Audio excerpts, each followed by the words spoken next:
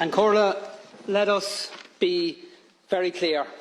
Hamas breached international law on the 7th of October. Hamas targeted innocent civilians in the most callous and inhumane manner, and their actions have been rightly condemned by right-thinking people across the world. But we should also be very clear. Israel has breached international law, not just on every day since October the 7th, but virtually every single day for decades. Israel occupies Palestinian land against international law. Israel blockades Palestinian territory against international law. Israel builds and expands illegal settlements against international law. Israel enforces an apartheid system that restricts the movements of Palestinians and denies their fundamental rights against international law. And Israel regularly and systematically attacks and kills Palestinian civilians against international law. So the question that must be answered by all of us in political life is this: how does the world respond to flagrant abuses of international law? When it comes to the horrendous war crimes of Hamas, the response was very clear and very consistent. World leaders queued up to say Israel has the right to defend itself.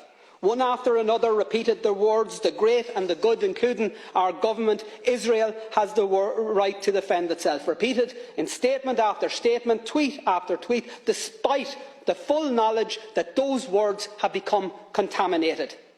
The words "Israel has the right to defend itself" means in practice that Israel takes that right as licence to bombard civilians, to bomb schools, hospitals and other civilian infrastructure, and it has now been taken as licence to enforce the displacement of 1 million people from one end of an open-air prison to another, to deny food, energy, medical supplies to a besieged civilian population, to actually deny them water, to ensure that children, the sick, the disabled, the elderly will literally die of thirst.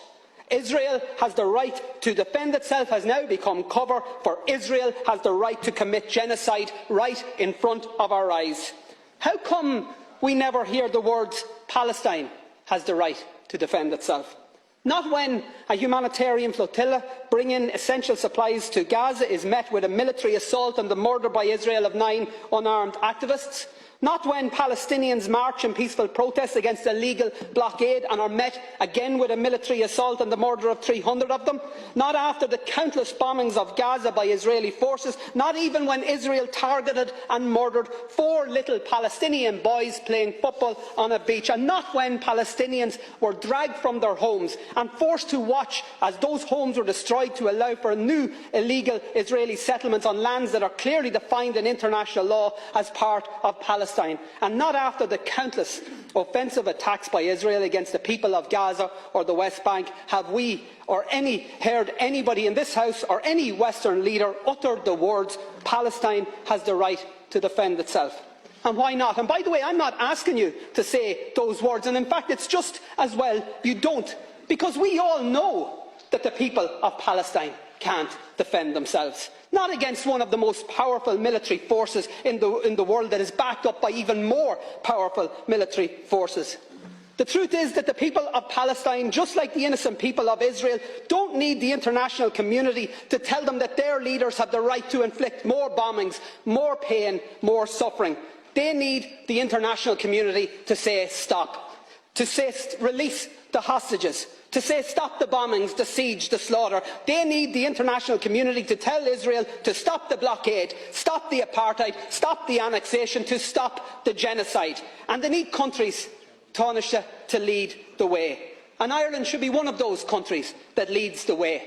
We know colonialism, we know oppression, we know conflict, but we also know conflict resolution. We know peace building, we know nation building.